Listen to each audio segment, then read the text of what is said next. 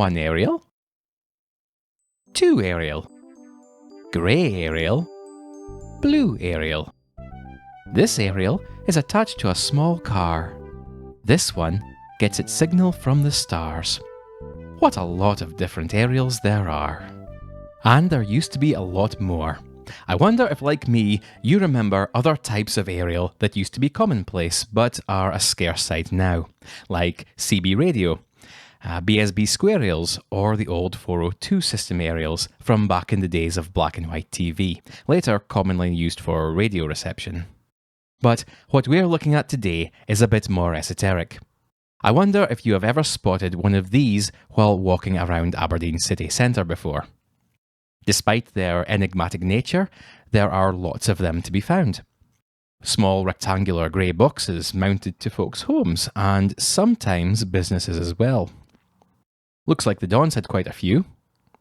Sky satellite dishes all point towards the same orbital position in the sky known as 28.2 degrees east, but these things seem to point in all sorts of directions. The story of these wee boxes begins with a company called Aberdeen Cable in 1985. They provided cable TV services to some areas of Aberdeen, but had very little buried infrastructure, and were supplementing this by running overhead cables. In 1996, Aberdeen-based Caledonian Communications, who owned Aberdeen Cable, launched a new radio-based telephone service in Glasgow, and following the successful trial there and acquisition of a national licence, the service was launched nationwide, and the company would change its name in 1997 to Atlantic Telecom. This radio service would come to Aberdeen, and by the year 2000, while Aberdonians were still waiting for their first telephone exchange to be enabled for ADSL broadband, Atlantic Telecom were offering 2 telephone lines with a 2.2 megabit data connection for only £45 a month. For context, in the same year, a package from reputable ISP Demon Internet offered less than a quarter of that speed download and an eighth of that speed upload for the same price, and that was for internet service alone. You still needed to pay for a landline from a supplier like BT. Atlantic would also charge all national calls only local rate.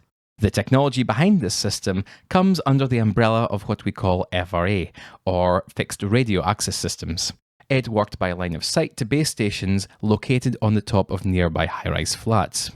The system used a 2.4 GHz band technology licensed from an Israeli company called Tadiran Limited. A competing service in England operated by Iconia struggled to achieve the same penetration in any given urban area due to software issues. At its peak in the year 2000, Aberdeen-based Atlantic Telecom had services in England, Germany and the Netherlands, and was valued at £2.5 billion. However, just a year later, the company value had dropped to £11 million, and shares were suspended. The company would go into administration in October as debt soared to around £700 million, although the company had been operating at a loss since June. Aberdeen Cable would stop transmitting on the 10th of October, but the Scottish executive financed £500,000 to give telephone customers until the 2nd of January 2002 to find a new supplier.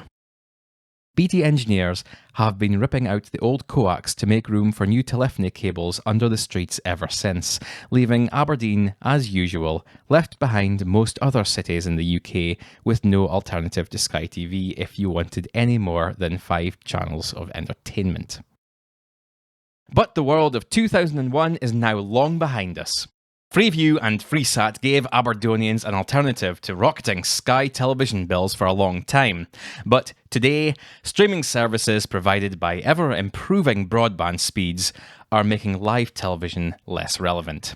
And so, these aerials remain nothing more than a curiosity for the keen observer.